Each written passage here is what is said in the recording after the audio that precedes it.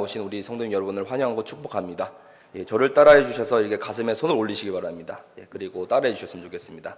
평안할지어다, 형통할지어다, 빛이 있을지어다. 그리고 이제 손 내려주시고 우리 주위를 바라보시면서 우리가 오늘도 이 예배 자리에 나온 우리 옆 성도님들을 우리가 축복하며 사랑하며 축복합니다 이렇게 고백하도록 하겠습니다. 축복합니다.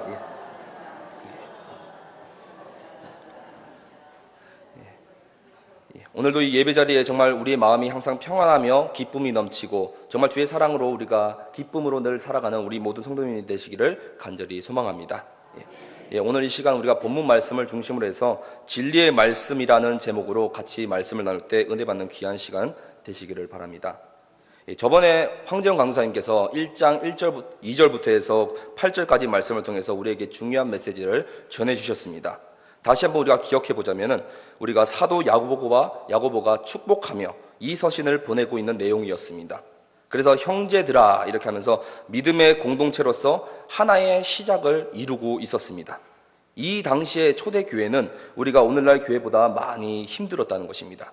그럼에도 본문에서는 이 시련을 당할 때 기뻐하라라는 것입니다. 왜냐하면 바로 믿는 자의 삶은 이러한 시련에도 흔들리지 않기 때문이라는 것입니다. 그래서 이렇게 초대교회와 지금의 교회의 모습을 우리가 보면은 많이 달랐기 때문에 그것을 우리가 초대교회는 사랑이 넘쳤습니다. 그리고 반대로 오늘날 우리의 교회 모습을 우리가 살펴보자면 오늘날 우리 초대교회의 모습은 바로 우리가 그 모습을 다시 기억함으로 우리가 돌아가야 한다는 것입니다. 그래서 도시락교회, 우리가 도전하며 그 시련과 어려움 가운데서 극복하고 기뻐하며 즐거워하는 교회로서 우리가 성장되어져 나가야 한다고 그 황재영 강사님께서 그렇게 말씀을 전했습니다. 오늘은 이 본문 이어서 9절에서 18절까지 말씀을 살펴볼 때에 먼저 우리가 사도행전에서 야고보를 이렇게 말합니다. 기둥 같은 야고보라고 설명하고 있습니다. 오늘 보는 이 야고보서는 공동서신에 들어갑니다. 이 공동서신에서 우리가 중요하게 다루고 있는 것은 다른 것이 아니라 바로 말씀을 강조하고 있습니다. 바울서신은 우리가 새 언약 혹은 새 생명을 우리가 새 계명을 대한 이야기로 주로 나오고 있습니다. 그런데 이 공동서신은 말씀으로 새롭게 되었다 이런 구절로 우리가 시작될 수가 있던 것입니다. 그래서 우리가 종교개혁 때에 우리가 믿음으로 말미암아 구원을 이루었다는 것 때문에 바울서신을 중요하게 생각해 왔습니다. 그리고 그리스도의 교부이자 우리가 성인이었던 아타나시우스는 우리가 오히려 공동서신을 더 중요하게 보아왔다는 것입니다. 이렇게 우리가 오늘 볼 이 야고보서는 1장을 전체로 우리가 다루어 볼 때에 우리가 시련과 말씀을 우리가 주제로 볼 수가 있습니다. 이 두 가지로 볼 수가 있다는 것입니다. 그래서 전반부는 시련이고 그리고 후반부는 말씀인 것입니다.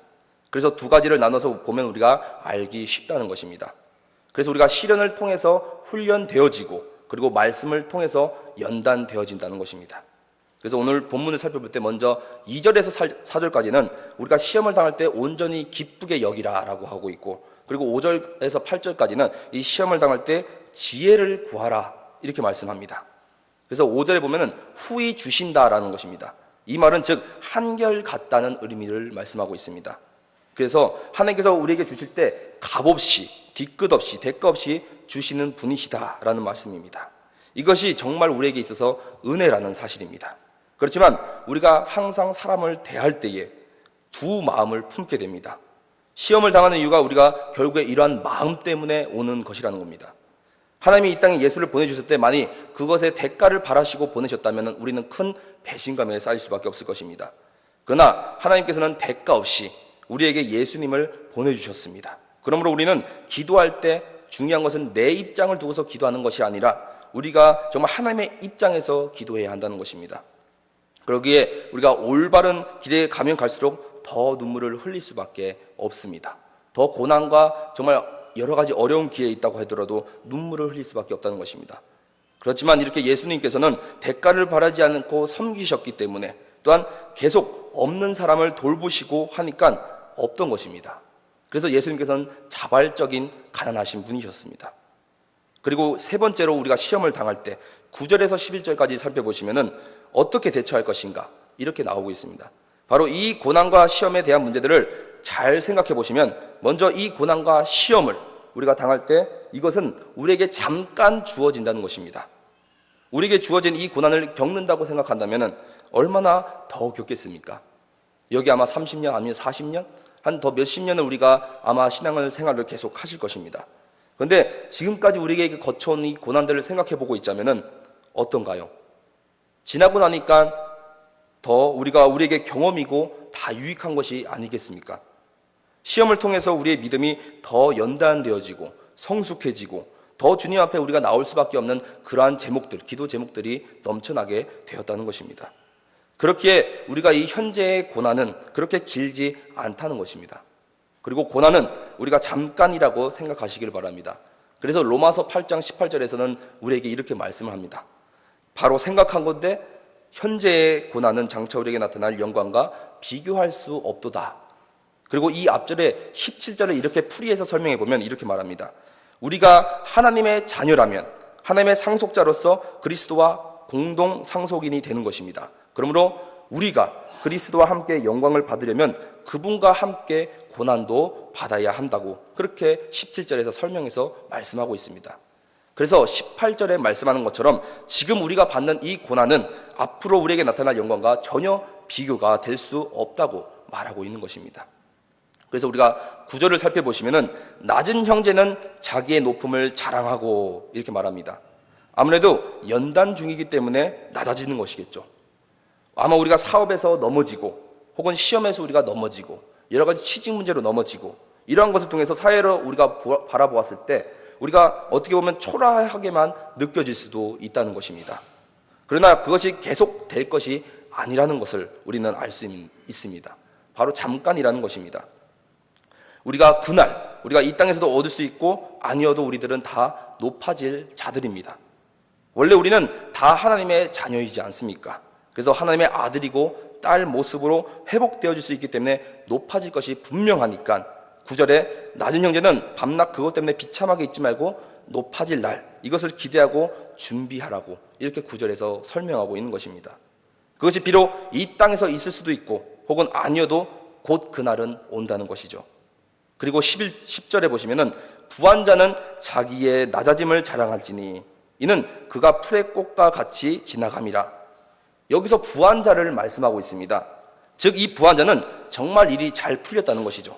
잘 풀린 사람, 고난도 없고 돈도 많고 뭐 학벌도 좋고 외모도 좋고 이렇게 모든 게 잘 풀린 사람, 이렇게 부한 형제도 이 부한 것을 우리가 자랑하거나 의시될 것 혹은 뽐낼 것이 없다는 것입니다. 잠깐 지나가는 것임을 기억하시길 바랍니다. 그리고 외모도 우리가 결국엔 어떻게 되겠습니까? 젊었을 때 그렇게 수리하고 아름답고 그렇게 이뻤던 그러한 모습이 지나고 나면은 다 얼굴이 주름지고 늙어가는 거 아니겠습니까? 다 그게 그것입니다. 건강도 우리가 결국에 지나가고 그리고 결국 인생은 우리가 지나갈 수밖에 없습니다. 그래서 10절에서 결국에 부자는 들에 핀 꽃과 같이 결국 죽고 만다고, 즉 시간이 흐르면 죽고 만다는 것을 말씀하고 있습니다. 그리고 11절을 보시기 바랍니다. 해가 돋고 뜨거운 바람이 불어 풀을 말리면 꽃이 떨어져 그 모양의 아름다움이 없어지나니 부한 자도 그 행하는 일에 이와 같이 쇠잔하리라. 아멘. 즉 해가 떠서 어떻게 됩니까? 뜨거운 열을 뿜게 된다면 풀은 마르게 됩니다. 풀은 마르게 되는 것이고 꽃은 떨어지게 됩니다. 그래서 그 아름다운 모습, 정말 피었을 때 아름다운 그 모습이 결국에는 이 해로 인해서 뜨거워져서 열을 뿜게 돼서 없게 된다는 것입니다. 결국에는 이렇게 죽게 된다는 것이죠. 그래서 이와 같이 부자도 마찬가지로 자신의 재물을 돌보다가 결국 죽고 만다는 것입니다. 그래서 시편 39편 5절에는 우리에게 이렇게 말씀합니다.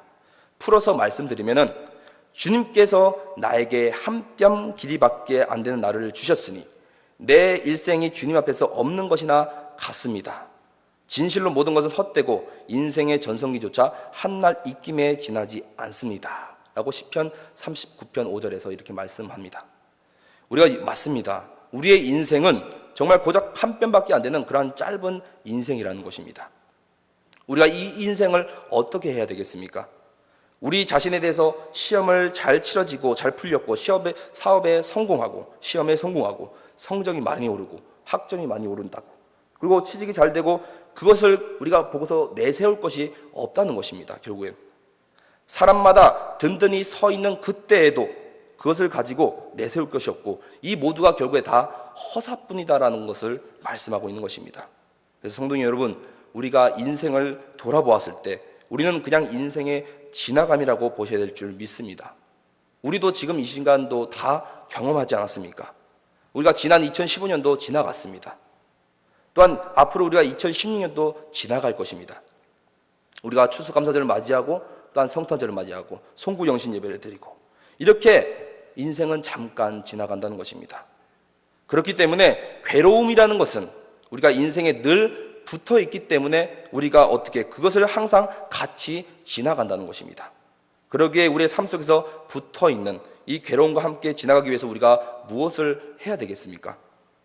그것은 우리가 이 땅에 살면서 중요한 것은 주님과 함께 교제 나누기를 힘쓰고 그리고 성도들 간의 교제 나누기를 힘쓰며 또한 우리 주변에 믿지 않는 사람들을 생각하시면서 그분들을 돌보고 전하기에 힘써야 될 줄 믿습니다. 우리가 정말 이 나그네의 길을 가면서 지나가고 있는 이때에 우리가 기쁘게 살고 남을 도우며 살면 얼마나 더 기쁘겠습니까? 이 짧은 인생 계속 내 문제만 전전긍긍 앓다가 가는 것이 아니라 우리가 그 사는 것이 남을 돌보며 사는 것이 얼마나 더 유익하겠습니까? 우리가 이 땅에 살아가면서 두 마음을 품게 하고 하나님께서 멀어지는 원인이 바로 이러한 부유함과 지위와 권위와 권세들입니다.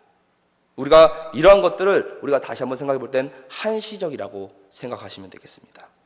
그리고 우리가 자랑할 것은 자랑하지 않는 것이 더 중요하다는 것입니다. 다르게 말하면 자신의 낮음을 자랑하고 자신의 연약함을 자랑하고 자신의 가난함을 자랑하라, 이렇게 말씀할 수 있습니다.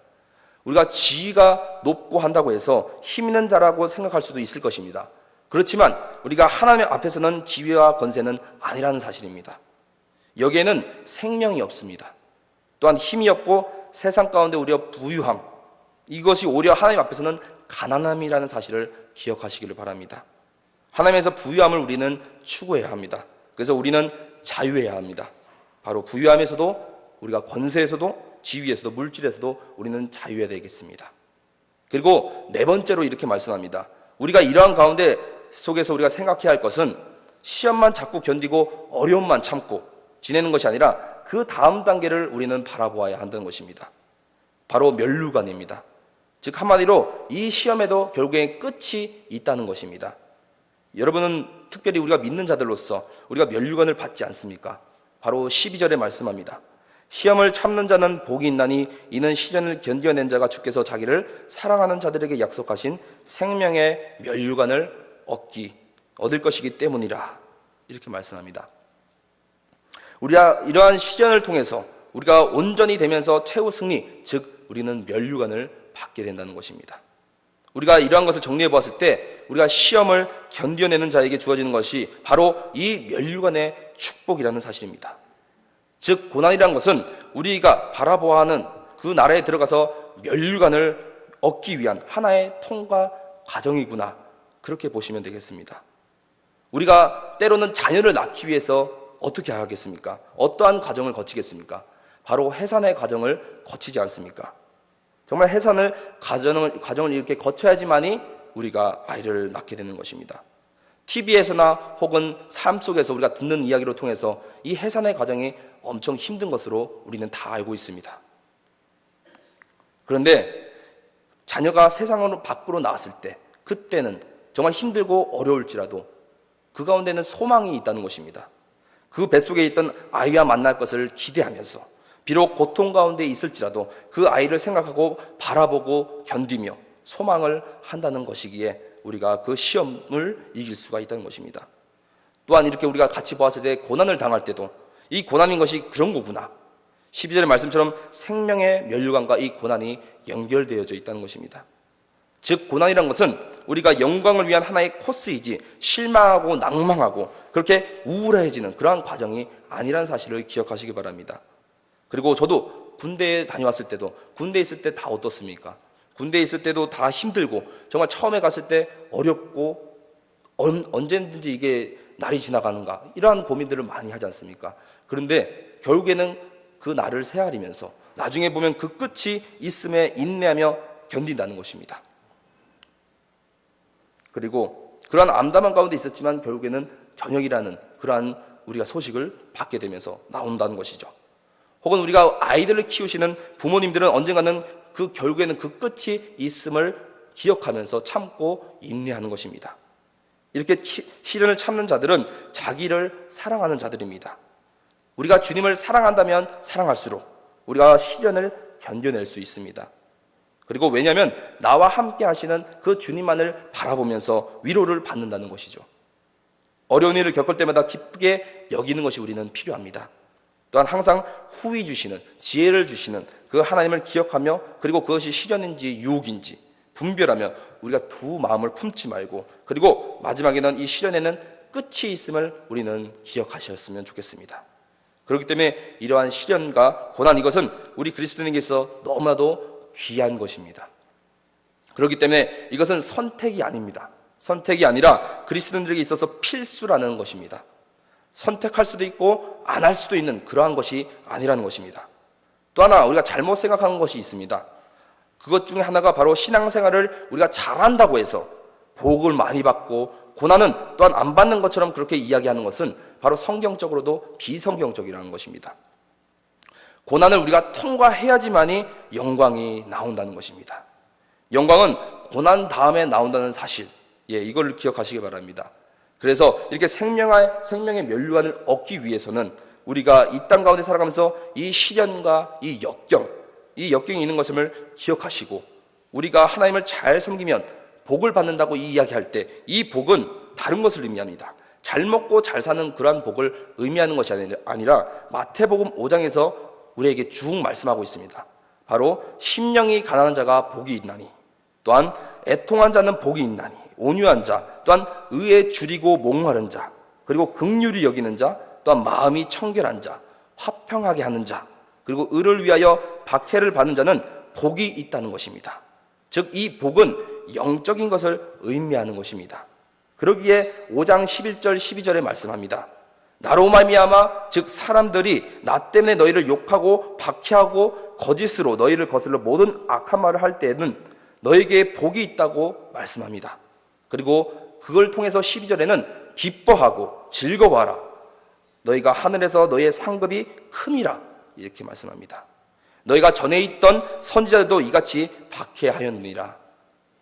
이렇게 우리 전에 있던 선지자들도 우리가 이와 같은 고난과 핍박 또한 시련 속에서 견디고 이겨냈다는 것입니다. 즉 이 땅의 것을, 이 세상의 것을 바라본 것이 아니었습니다. 저 하늘의 것을 바라보며, 그리고 하늘의 영광을 소망하며 이 모든 시련을 견디어 주께서 약속한 그 생명의 면류관을 바라보고 인내하고 참았다는 것입니다. 그러므로 우리가 하나님을 향해서 기도할 때 우리가 이렇게 기도해야 되겠습니다. 내가 이러한 어려운 과정 속에서 그 과정을 계속 바라보기보다는 우리가 결과를 볼 수 있는 눈을 다르게 달라고 그렇게 기도하셔야 됩니다. 하나님께서는 우리에게 주시는 고난은 훌륭하게 성장하라고 주시는 것이지 우리를 골탕 먹이기 위해서 주는 것이 아니라는 것입니다. 이런 것을 우리가 언제 배우겠습니까? 우리가 때로는 자라면서 다 배웠을 것입니다. 우리가 어렸을 때 부모님을 통해서 다 배우지 않았습니까? 부모님이 우리가 어렸을 때 다 때립니다. 근데 이 때리는 것이 취미로 때리는 것이겠습니까? 그렇지 않습니다. 때리는 이유는 우리를 온전한 자가 되기 위해서이지 않겠습니까? 즉 하나님께서도 우리를 골탕을 먹이려고 우리를 싫어해서 고난을 주어지는 것이 아니라 이 고난을 통해서 우리가 더 한결같이, 우리가 더 한 걸음 주님 앞에 나와서 성장하게, 그리고 온전케 하기 위해서 고난을 주신다는 것입니다. 이러한 것을 믿으시기를 소망합니다. 그리고 이 고난을 이야기하면서 마지막으로 5번째로 이야기합니다. 13절에서 18절에는 이러한 내용을 보아서 고난과 시련 같은데 아닌 게 있다는 것입니다. 그것은 유사품, 바로 유사품과 같은 시련이 있다는 것입니다. 그것이 바로 시험이죠. 이 시험이라는 것이 13절에 나오고 있는데 그 시험이 바로 유혹을 말씀하고 있습니다. 13절에 보시면은 사람이 시험을 받을 때 여기서 말하는 이 시험은 유혹을 말하고 있습니다. 우리가 위에서 봤던 그러한 시련과는 다르다는 것입니다. 13절에 말하는 시험은 유혹을 말씀하고 있는 것이고, 그래서 우리가 이어서 보시면은 내가 하나님께 시험을 받는다 하지 말지니 하나님은 악에게 시험을 받지도 아니하시고 친히 아무도 시험하지 아니하시느니라. 이 고난은 거의 좀 힘든 것과 비슷한데 그 원인도 다르다는 것입니다. 그리고 결과도 전혀 다르다는 것입니다. 아까 말한 시련은 우리가 하나님께로부터 온 시련이라고 말할 수 있으며, 우리가 지금 이 시험은 우리가 마귀로부터 오는 이러한 어려움이라는 것입니다. 유혹이 있다는 것인데 이것은 거룩한 것이 아니기 때문에 조심해야 합니다. 대표적인 것이 우리가 돈의 유혹, 혹은 권세, 지위, 명예, 혹은 성적인 이러한 부분이 있을 수 있습니다. 그런데 이러한 것을 붙잡는다면 타락하게 된다는 것입니다.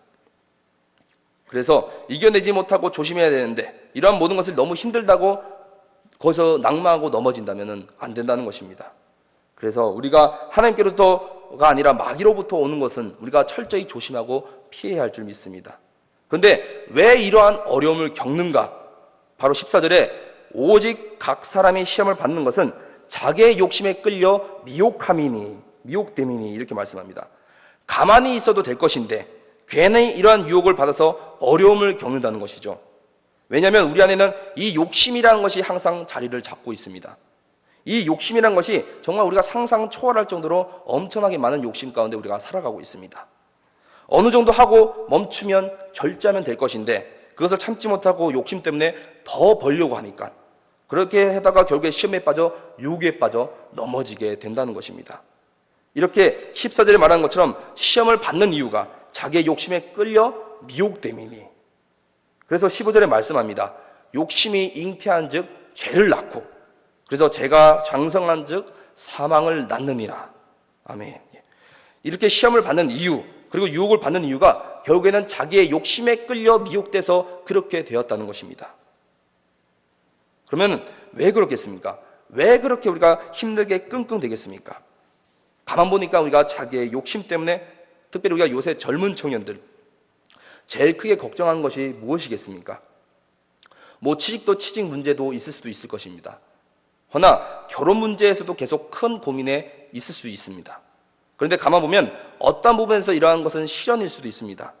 허나 자기 스스로 어떻게 보면 세상의 야망을 바라보며 그 야망을 버리지 못해서 오는 것들, 나는 결혼하기 전에 최고의 학벌로 그렇게 키우다가 그렇게 열심히 하다가 그렇게 결혼해야지, 혹은 돈도 많아야 되고 혹은 잘생겨야 되고 외모도 좀 그렇고, 다른 사람은 다 결혼합니다. 그런데 자기는 혼자 끙끙대고 있는 것, 결국 무엇이겠습니까? 욕심에서 오는 문제들이 거의 많이 온다는 것입니다. 자기의 주어진 것에 만족하며 살 줄 알아야 되는데 그것을 만족하지 못하고 더 욕심에 이끌려 미혹돼서 그렇게 된다는 것입니다. 그래서 우리가 자기 몸을 힘들게 하고 병에 걸려가면서까지 힘들게 돈을 벌어봤자 다 이것이 무슨 소용이 있겠습니까? 우리가 이렇게 시험이 오는 이유가 다시 한번 말씀드리면 욕심 때문이라는 것입니다. 만약 우리 안에 욕심이 없다고 한다면 그렇다면 유혹도 우리에겐 아무 쓸모가 없다는 것입니다. 그런데 결국에 끝에서는 이 욕심을 버리지 못해서 이렇게 자기 욕심으로 인해서 힘들게 살아가는 사람들이 참으로 많다는 것입니다. 그래서 계속 시험 들고 유혹받고 그걸 안 붙잡아도 되는데 결국엔 붙잡아서 오는 그 욕심, 그래서 우리가 성령의 열매에 왜 절제와 인내가 있겠습니까? 바로 이 욕심 가운데 다시 깨우쳐서 절제하며 인내하라는 것이 아니겠습니까? 그런데 사람들은 이 돈의 욕심에 의해서 돈을 조금 더 많이 벌기 위해서 그래서 어떻게 합니까? 그래서 무리하게 욕심을 내다가 결국에 돌아온 것은 빚을 안게 된다는 것입니다. 그런데 또 이렇게 말할 수도 있을 것입니다. 우리가 자꾸 그럴 수밖에 없는 상황이라고 이렇게 핑계를 댈 수도 있습니다. 이것은 상황 때문에 그런 것이 아닙니다. 상황 때문에 그런 것이 아니라 결국엔 자기의 죄악, 또한 자기의 욕심 때문에 오는 문제라는 것입니다. 우리는 계속 남을 탓하는 것을 좋아합니다. 그러나 그 책임은 자기에게 있습니다. 내가 왜 이렇게 생활하는가? 상황 때문에 어쩔 수 없다, 그렇게 이야기하고 싶지만 그게 아니라는 것입니다. 예수님께서도 어떠셨습니까? 40일 동안 금식 기도로 광야에서 기도하셨습니다. 정말 우리가 하루라도 굶는다면 다들 신경이 날카로워지고 짜증이 나고 분이 날 텐데 예수님께서 무려 40일 동안 금식 기도를 하셨다는 것입니다. 그 가운데 마귀가 유혹합니다. 돌을 떡으로 만들라고. 어떻게 보면은 인간적으로 봤을 때는 좀 이걸 만들어서 좀 먹으셔도 되지 않겠나 이렇게 바라볼 수도 있습니다. 허나 예수님께서는 그 시험을 능히 이기셨습니다. 아무리 자신의 주어진 상황이 어려울지라도 예수님은 그 상황을 두고 핑계하지 않았다는 것입니다. 우리가 살아가면서 얼마나 많은 여러 상황에 놓이게 됩니까? 이러한 상황 때문에 우리가 화도 나고 짜증도 나고 소리도 지르고 싶고, 또한 이것은 이 땅에 살아가면서 저나 여러분이나 아니면 누구나 다 이것에서 벗어날 사람이 없다는 것입니다. 그러니 우리는 조심해야 합니다. 태초에 아담도 어떻게 했습니까? 아담도 자신이 선악과를 따먹고 하나님께 나아갔을 때 나와 함께 하신 이 여자 때문이라고 핑계하지 않습니까? 그렇다면 안 먹으면 될 것인데, 그런데 이렇게 욕심 때문에 시험을 받는 경우가 너무 많다는 것입니다. 행복할 수 있는데 욕심이 항상 우리 자리에 남아있기 때문에 죄를 낳게 된다는 것입니다. 이렇게 욕심이 잉태하면 죄를 낳게 된다는 것, 이렇게 욕심은 누구에게나 다 있습니다. 그러나 욕심 때문에 오는 이 여러 가지 성향이 있을 수도 있다는 것입니다. 그런데 이 성향은 죄는 아닙니다. 죄가 아니라 이것을 만일 실행하게 되었을 때, 발전하게 되었을 때 그때 죄가 된다는 것입니다. 그래서 창세기 4장에 가인에게 이렇게 말씀합니다. 죄가 너를 원하나 너는 죄를 다스려라, 이렇게 말씀합니다. 이렇게 말할 때 우리는 어떻게 합니까? 우리의 욕심적인 성향이 누구에게나 다 있습니다. 허나 이것을 실행시키면 안 되고 다스릴 줄 알아야 되겠습니다.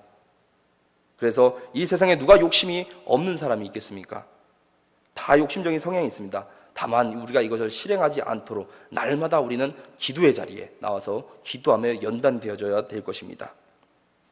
그래서 이 죄가 장성하게 된다면 결국에 돌아오는 것은 사망이라는 사실을 명심하시기를 바랍니다. 그렇기 때문에 이 욕심이 자극되지 않도록 환경을 만드는 것도 또한 중요합니다. 특별히 세속적인 우리 친구들을 만나는 경우가 있습니다. 그런데 이 세속적인 친구들을 만나는 것이 자기에게 굉장히 불리하게 돌아온다는 것입니다. 안 믿는 친구들 만나면 무엇을 주로 이야기하겠습니까? 다 공통점이 결국에는 돈 이야기로 다 연결되어져 간다는 것입니다. 계속 그런 안 믿는 친구들과 만나면 돈 이야기밖에 더 할 수가 없다는 것입니다. 그렇게 또한 계속 이야기하면 결국 그 안에는 유익이 없습니다. 또한 돈에 대한 자극만 더 올라올 것이 분명하며 또 비교하고 그 안에는 결국엔 선이 없다는 것입니다. 예를 들면 우리가 어릴 때부터 계속적인 폭력적인 영화를 본 사람이 있는 반면에 또한 계속 폭력적인 게임을 한 사람들을 보면 그 성향이 어떻게 변합니까?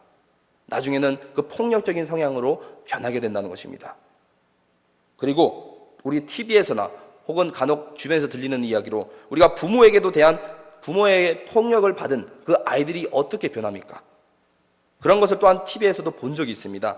그런데 부모 사이에 있음에도 불구하고 그 부모는 그 아이가 있음에도 불구하고 욕을 하고 때리고 그러한 모습을 노출시키면서 아이에게 보여준다는 것입니다.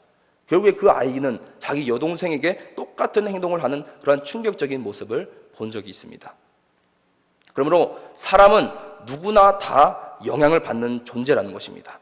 그래서 성경 말씀합니다. 복 있는 자는 죄의 길에 서지 아니하고. 여러분은 지금 신앙이 어느 정도 믿고 안 믿는 사람들도 어울리고 또한 세속적인 사람들과 무방비로 또한 동창들과 계속 어울리다가는 결국에는 잘못되어져서 넘어질 수밖에 없는 상황에 올 수도 있다는 사실을 기억하시길 바랍니다. 그래서 성경에 우리 시편 1편 1절에는 뭐라고 말씀합니까? 복 있는 사람은 악인들의 길을 쫓지 아니하고 우리가 죄인들의 길을 서지 아니하며 오만한 자리에 앉지 아니한다고 했습니다. 내가 신앙적으로도 바로 서지 않았는데 세상 친구를 만난다면 거기에서 영향을 받을 수밖에 없습니다. 그리고 디모데후서 2장 22절에도 이렇게 말씀합니다. 또한 너는 청년의 정욕을 피하고 주를 깨끗한 마음으로 부르는 자들과 함께 의와 믿음과 사랑과 화평을 따르라. 즉 여기서는 주를 깨끗한 마음으로 부르는 자들과 함께 교제하라는 것입니다. 우리가 영향을 받을 수밖에 없는 존재들이기에 항상 깨어서 주를 깨끗한 마음으로 부르는 자들과 함께 있어야 될 줄 믿습니다. 우리가 주일날에 1시간의 그 예배만으로 만족하는 것이 아니라 그렇게 만족하며 산다면은 바로 이미 그 사람은 자기를 스스로 무방비 상태에 놓여질 수밖에 없습니다. 세상 사람과 더 함께 어울릴 수밖에 없을 겁니다. 점점 이럴수록 자기는 모르는 사이에 신앙은 점점 낮아질 수밖에 없습니다. 떨어지게 됩니다. 또한 우리가 이 욕심에 이야기할 때 우리가 상당 부분을 고생을 하는 이유 중 하나가 이 욕심 때문에, 이 욕심 때문에 오는 이 고생이 상당수 차지한다는 것입니다. 그리고 알아야 할 것은 이 욕심이라는 것은 왜 자꾸 우리가 욕심에 빠지나? 이것은 죄의 정욕, 또한 이 뒤에 오는 쾌락 때문이라는 것입니다. 예를 들어 도박도 있고 우리가 여러 가지 노름, 그리고 이러한 것에는 쾌락이 항상 함께 따라오게 되어 있습니다. 그러나 이것은 정녕 곧 죽음의 길이라는 사실입니다. 영광에 이르는 길에는 고난이 따라옵니다. 허나 우리가 이 죽음에 이르는 길에는 쾌락이 있다는 것입니다. 왜 그렇겠습니까? 그럼 마약도 왜 그렇겠습니까? 안 좋은 것인 줄 압니다. 안 좋은 것인 줄 알면서도 인생을 망치는 길인데도 불구하고 이렇게 빠지는 것은 결국엔 쾌락이 따라오기 때문입니다. 이러한 여러 가지 중독이 우리 안에도 있을 수도 있습니다. 그러므로 이 중독을 우리가 뭘로 이겨내겠습니까? 바로 기도로 이겨내야 됩니다. 우리가 암세포가 있다고 하면 그 암세포를 죽여야지만이 우리가 살 수 있습니다.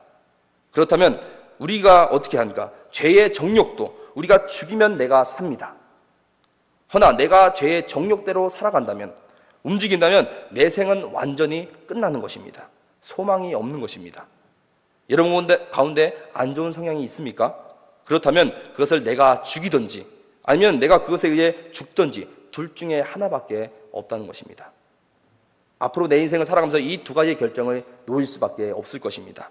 그때는 우리는 결정해야 됩니다. 또한 우리가 알아야 될 것은 이 욕심 때문에 좋은 것이 올 거라고 생각할 수도 있습니다. 허나 진짜 좋은 것은 16절에 나와 있습니다. 바로 내 사랑하는 형제들아 속지 말라 이렇게 말씀합니다. 그리고 17절에 온갖 좋은 은사와 온전한 선물이 다 위로부터 빛들의 아버지께로부터 내려오나니 그는 변함도 없으시고 회전하는 그림자도 없으시니라. 아멘. 이렇게 진짜 좋은 것들은 땅에서 오는 것이 아니라 다 위로부터 아버지께로부터 온다는 이 중요한 사실을 오늘 17절에 말씀합니다. 우리가 쟁취하는 것이 아니라 바로 그분이 이미 우리에게 좋은 것으로 이미 내려주셨다는 것입니다. 그래서 18절에 제일 좋은 것을 주셨습니다. 18절에 보시면은 그가 그 피조물 중에 우리로 한 첫 열매가 되게 하시려고 자기의 뜻을 따라 진리의 말씀으로 우리를 낳으셨느니라. 바로 우리는 주님의 자녀가 다 되었습니다. 그렇다면 이 땅에서는 더 이상 우리가 바라볼 것이 없다는 것입니다. 주님을 만난 사람이 무엇에 그렇게 얼매이고 욕심에 얼매이고 사시겠습니까? 명예와 내 인생의 먹금이 있고 욕심이 있다면 또한 어떻게 보면 최연소로 내가 무엇이 되고 빨리 무엇을 얻게 되고 계속해서 내 안에 욕심이 자리 잡고 있다면 우리가 어떻게 보면 예수님을 약간 덜 이해한 걸 수도 있습니다. 우리가 예수님을 나의 구세주를 모신다면 그 모시고 있는 이상 우리가 이 땅에서 그러한 미련을 가질 필요가 없다는 것입니다. 예수님을 정말 제대로 만난 사람은 정말 신기하게도 욕심이 없다는 것입니다. 우리가 가령 예를 들어 우리가 뷔페 식당을 간다고 생각해 보면 우리가 뷔페 식당 가기 전에 뷔페 식당을 간다고 생각하지 못하고 미리 내가 저녁을 든든하게 채워서 먹었다고 그렇게 보면은 결국에 그 뷔페 식당 가서 더 많은 음식을 먹을 수 있겠습니까? 결국에는 그 배가 다 차 있으므로 결국에는 그 뷔페 식당에서 비싼 뷔페 식당일지라도 더 많은 음식을 들어가지 않을 것입니다. 그러므로 마찬가지로 우리가 주님으로 인해서 배불렀다면 배부른 사람은 이 땅의 것에 더 미련을 가질 필요가 없다는 것입니다. 그러므로 우리가 이 시간에 기도하실 때 우리가 주님 한 분만으로 만족하며 주님으로 인해 만족함으로 이 세상의 것을 바라보는 것이 아니라 하늘의 것을 바라보고 우리가 진리의 말씀으로 든든히 서가야 할 줄 믿습니다. 그렇기 때문에 우리가 주님을 만나면 감사하지 못할 게 없고 또한 만족하지 못할 게 없다는 것입니다. 사람들은 뭐가 없어서 감사하지 못하다. 또한 이것이 아니라 감사할 능력을 배우지 못해서라는 겁니다. 내가 감사가 적은 것은 조건이 안 돼서 감사를 못하는 것이 아니라 충분히 되는데도 불구하고 배우지 못해서 오는 것입니다. 하나님은 이렇게 어려울 때 죄를 범하는 그 순간에도 우리와 함께 하셨습니다. 내가 딴짓을 해도 하나님은 함께 하십니다. 일일이 하나님을 생각할 때마다 하나님은 어디에서 있든지 간에 함께 하신다는 겁니다. 그래서 내가 넘어졌다면, 내가 죄에 얽매여 있다면 빨리 회복하고 일어서야 됩니다.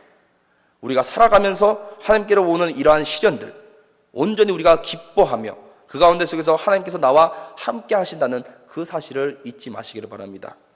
그래서 오늘 하루도 우리가 이 하나님께로부터 오는 이런 시련들, 우리가 온전히 기쁘게 여기기를 바라고, 또한 지혜를 구하며, 또한 현재의 고난과 시련들은 잠깐 주어진다는 것을 기억하셨으면 좋겠습니다.